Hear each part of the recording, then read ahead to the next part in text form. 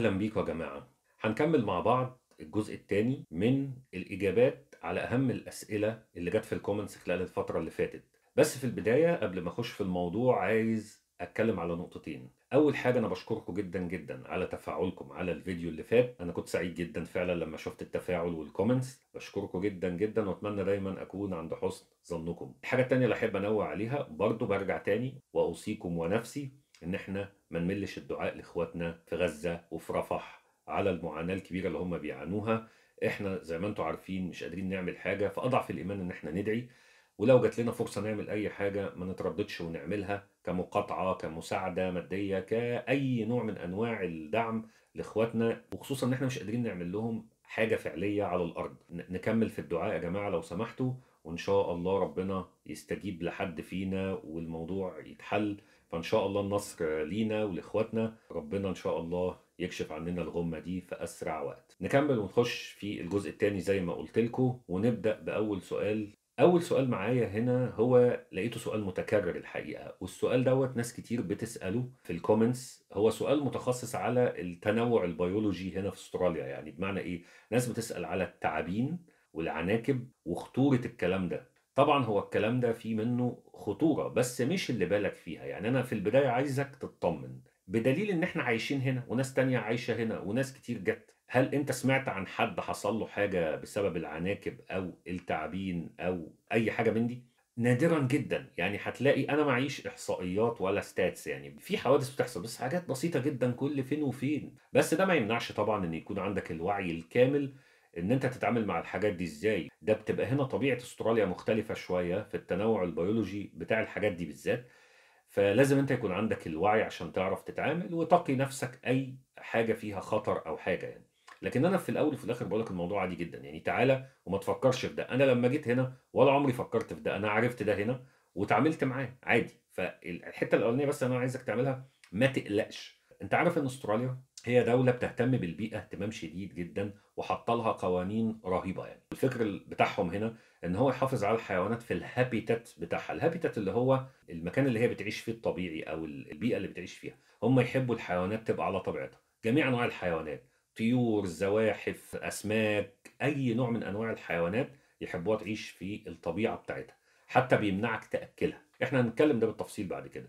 قيس على كده بقى الحيوانات الضارة زي مثلا الزواحف، ودي أشهرها هنا على الإطلاق. يعني إحنا عندنا هنا كمية زواحف وحشرات كتير، ولكن ما بتجيش البيوت. ده اللي أنا عايز أقوله لك. هي بتبقى عايشة في أماكن معينة، نادرا لما حد يلاقي في بيته مثلا تعبان. في أماكن بيحصل إن الناس بتلاقي في بيوتها تعابين نتيجة إن أستراليا كلها جرين وكلها خضرة، لكن بيتم التعامل معاها. يعني انا ما سمعتش عن حوادث مثلا حد مات او كده الا نادرا قوي يعني. لكن انت هنا لما بتلاقي تعبان على سبيل المثال بتتصل بجهة معينة تيجي تتعامل مع التعبان ده، وفي هنا ناس متخصصة في ده بيسموهم السنيك كاتشرز. في كورس على فكرة بالمرة، يعني لا اقول لك بقى بالمرة، في كورس اسمه سنيك كاتشر انت ممكن تاخده تتعامل فيه مع التعابين وتحطها في الجراب بتاعها وتسلمها للناس اللي هتيجي تاخدها منك. لكن طبعا مش شرط ان انت تاخده. يعني انا ما خدتش الكلام ده اصلا ولا حاجة، لكن الكلام ده موجود ولكن مش بالشكل اللي انت متصوره. بعض البيوت ممكن يخشها وبيطلع تاني وبيمشي، وفي بيوت ما بيخشهاش خالص. لكن الحاجات اللي موجودة هنا كتير قوي فعلا. بتلاقي سحالي السحلية اللي هي الليزرد، بتلاقي برص اللي هو الجيكو. الحاجات دي انت بتلاقيها في البيوت عادي. السحلية بتبقى في الجنينة بره، ما بتخشلكش البيت نادرا يعني. يعني ما بتخشش اصلا، انا عمري ما شفتها دخلت. فبتسيبها وتكبر دماغك منها وهي عايشه في حالها يعني. وده مش في كل البيوت برضه. يعني انا عندي هنا ما عنديش الكلام ده، انما في ناس تانية عندها. وبالنسبه للعناكب دي بقى متنوعه هنا جدا برضه، من الحاجات المشهوره. اهم نوع ويعني فيهم انت تاخد بالك منه هو الريد باك سبايدر. انا بتكلم على ولايه غرب استراليا، لان اسمع ان في الولايات التانية في انواع تانية من العناكب برضه. انت في الاول في الاخر يكون عندك وعي تتعامل مع الحاجات دي ازاي. التنظيف باستمرار، البيست كنترول، انك انت ممكن بنفسك ترش او تجيب ناس ترش، بيسموهم بيست كنترول اللي هم ناس بتعامل مكافحه الحشرات. بص في وسائل كتيره انت تقدر تتعامل فيها. لكن انا اللي انا عايز اقوله لك، انا مش بصدد ان انا اكلمك بالتفصيل عن الحاجات دي. انا بقول لك الريد باك سبايدر مثلا على سبيل المثال اللي انت شايفه في الصوره ده، ده ريد باك سبايدر. ده مشهور قوي في بيوت غرب استراليا، لان انا بتكلم عن غرب استراليا عموما. تاخد بالك من ده وتخلص منه الحقيقة أول ما تشوفه يعني. لأن هي مشكلة الريد باك ده إيه؟ إن هو مثلًا لمّا بيعمل بايت أو بيقرص يعني سام شوية، هو للكبار مش هيعمل حاجة إلا ارتفاع مثلًا في درجة الحرارة شوية، للصغيرين ممكن يبقى مؤذي جدًا وقاتل كمان. تاخد بالك بس من الحاجات دي أول ما تشوف ريد باك تخلص منه يعني. إنما التعابين نادرًا ما هتشوفها، ما تروحلهاش في مكانها مثلًا. يعني أنت هتلاقي كمان حاجة تانية عايز أقولها لك، اللوحات الإرشادية، الsign board اللي أنت بتلاقيها في أماكن كتير، ما تعملش واعمل، واعمل وسوي زي اللي أنت شايفها دي مثلًا على الشاشة. sign board هتلاقيها في كل حتة فيها حاجة خطرة، هتلاقي الsign board دي. نفذ التعليمات بالحرف وما تحاولش إن أنت تقتحم حاجة أنت مش عارفها. سر الحاجات دي إن أنت تعرف وما تروحش في حتة أنت مش عارفها. الكلام كتير أوي في الموضوع دوّة، بس إيه الخلاصة اللي أنا عايز أقولها لك؟ ما تخافش وتعالَ وعادي وهتتعامل، والموضوع مش بالكارثية اللي أنت متخيلها يعني. فسيبني بقى أكلمك في فيديو لوحده عن الحيوانات اللي هي بتعمل مشكلة في أستراليا. في إخوة بيسألوا على مكتب هجرة موثوق فيه. هادّيك اسم مكتبين والويب سايتس بتاعتهم هتلاقيها تحت في الديسكريبشن. ده مكتب موجود في سيدني، اللي ماسكاه أصلًا أخت مصرية وليها فرع تقريبًا في إسكندرية أو في القاهرة. أنا ما ليش تعامل مباشر معاها يعني، أنا ما اتعاملتش معاها، لكن أسمع عنها. فحتى أنا يعني مش عامل لها دعاية عشان ما تفتكروش إن أنا باعمل دعاية، لأ، أنا بس عشان بارُد على الناس اللي قالت عايزة مكتب موثوق فيه. أنا شايف ناس كتير بتيجي عن طريق المكتب دوّة، فده واحد منهم. أمّا المكتب اللي أنا جيت عن طريقه فده كان فرع منه في الدوحة.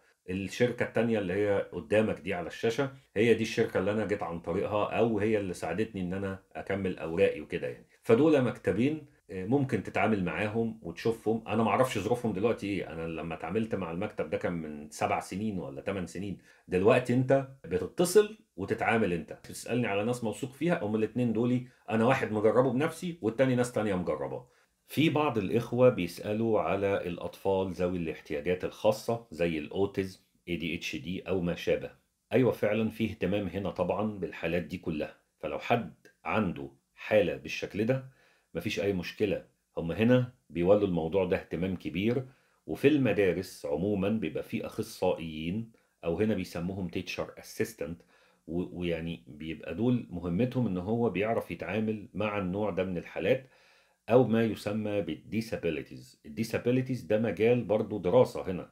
يعني في ناس بتتخصص في الموضوع دوّة، يبقى دارس certificates خاصة بالdisabilities، بيبقى عنده القدرة ومؤهل للتعامل مع كل الحالات دي. الموضوع ده ممكن ما تلاقيهوش في كل المدارس يعني في 100% من المدارس، لكن بيبقى موجود مثلًا في معظم المدارس أو بعض المدارس. بيبقى فيه اهتمام أكتر شوية بالموضوع ده.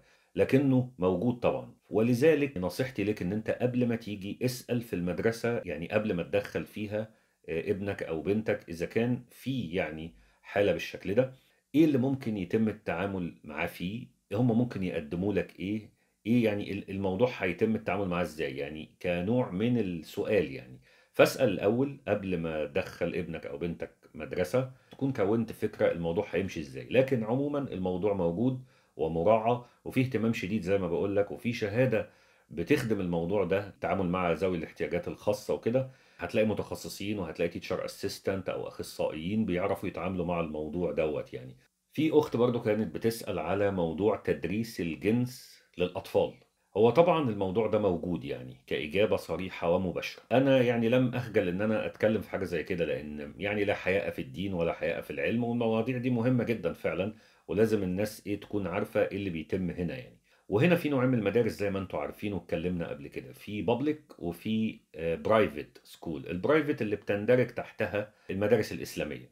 فنقدر نقول إن في public وفي Islamic. بالنسبة للpublic، هم بيبدأوا يتكلموا مع الأطفال مثلًا في البداية كده على نوعية الأسرة. إيه أنواع الأسرة الموجودة؟ بيقولوا لهم باختصار إن الأسرة ممكن تكون مثلًا straight ماما وبابا، وممكن تكون بابا وبابا، وممكن تكون ماما وماما. طبعًا أنتم فاهمين أنا أقصد إيه. الحالة العادية موجودة، وفي الحالة كمان للأسف طبعًا الحالة بتاعة المثليين يعني. لأن هنا طبعًا أستراليا بتسمح بده، والقوانين اللي هنا والدستور اللي هنا دلوقتي بيسمح بالحرية دي. يعني بيسمح بالموضوع بتاع المثليين اللي أنتم فاهمينه طبعًا. فأنت هنا يعني إيه، ما ينفعش تخش في صدام وتعادي مثلًا أشخاص بالشكل ده، لكن لازم تتصرف بذكاء.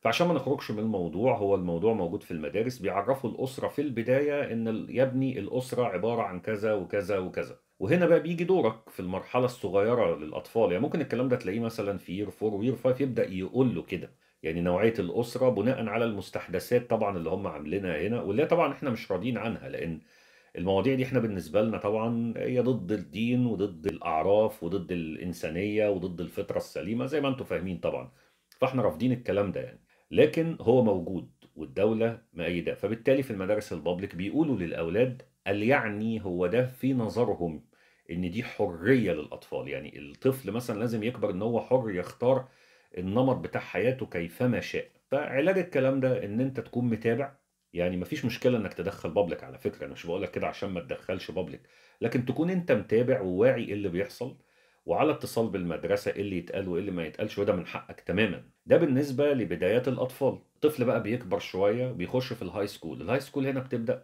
من year 7 اللي هي تعتبر أولى إعدادي تقريبًا يعني. من year 7 year 8 year 9 يعني أنا ما أعرفش في أنهي سنة بالضبط ممكن يعني يبدأ يتكلم بقى على الجنس نفسه بقى، يعني على العلاقات الجنسية نفسها بقى، بيبدأوا يكلموهم عنها ويدّوا لهم الحتة دي من ناحية الsafety، يعني أنا باقول لك الحجج والمبررات اللي هم بيقولوها.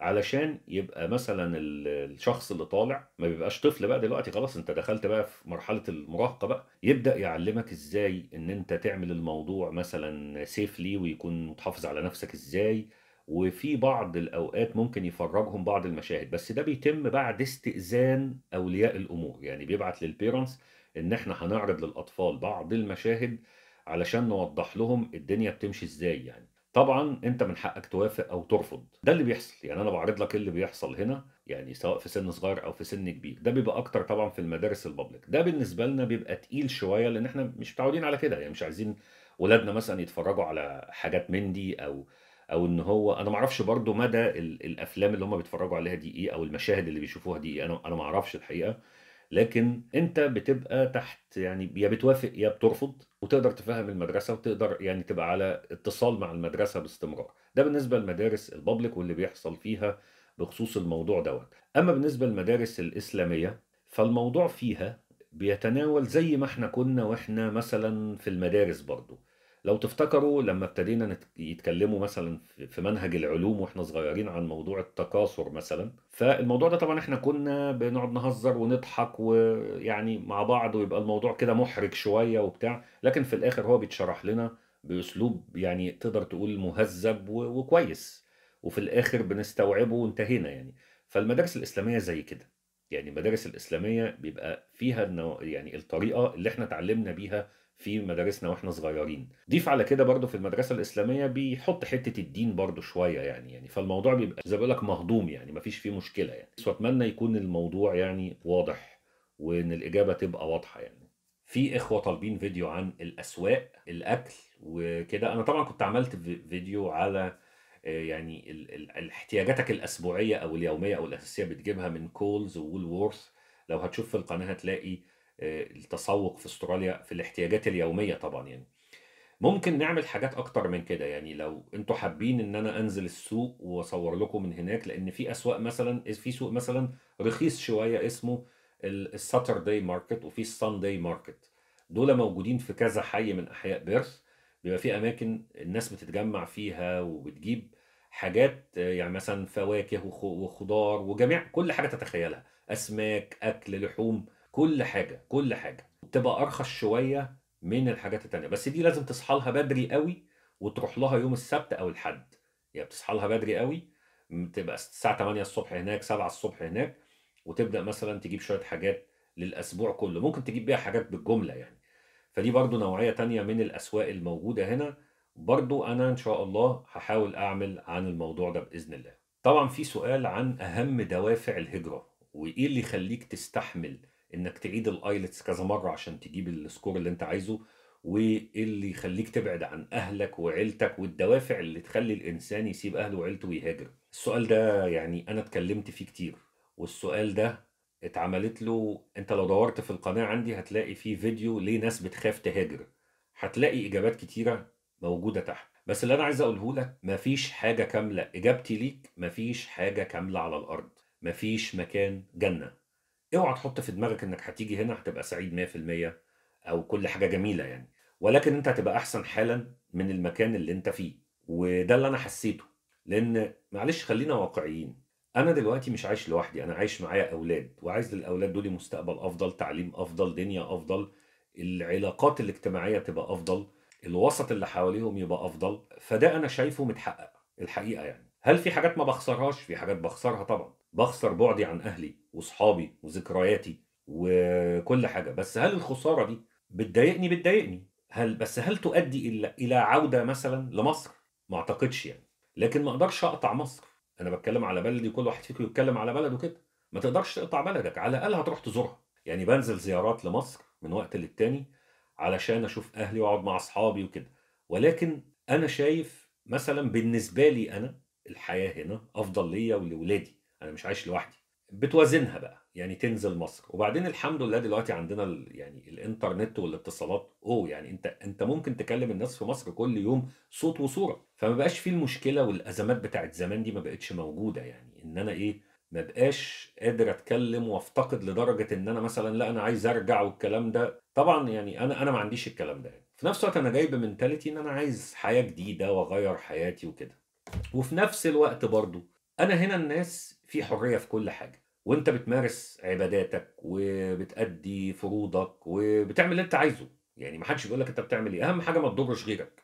هم مش طالبين اكتر من كده، ما تضرش غيرك. فانا شاعر بالحرية دي في كل حاجة، ما بضرش غيري وعايش. لكن ما اقدرش اقول ان انا مش مفتقد الناس، لا انا مفتقد الناس طبعا، ومفتقد اهلي، مفتقد صحابي، مفتقد كل ذكرياتي. لكن هي دي الحياة، انت مش هتاخد كل حاجة.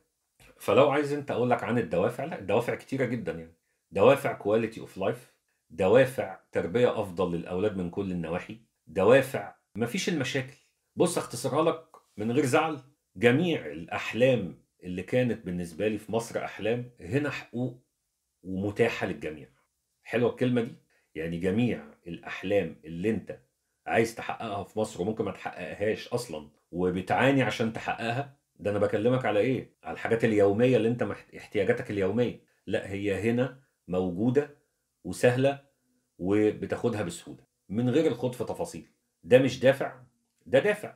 لما انا اولادي يتعلموا من غير مثلا، بيبقى التعليم مثلا هنا مجاني، ده مش دافع، ده دافع. تعليم نظيف ولا مش نظيف؟ تعليم نظيف ومحترم وراقي. الجامعات بقى اللي هنا من ارقى جامعات العالم، من ارقى جامعات العالم. اما بتاخد الباسبور حضرتك هنا بتقدر تخش بيه تقريبا كل دول العالم من غير فيزا، اون ارايفل. دي ميزه ولا مش ميزه؟ ففي ميزات طبعا انت بتاخدها هنا يعني، وفي حاجات تانية بتفتقدها هنا.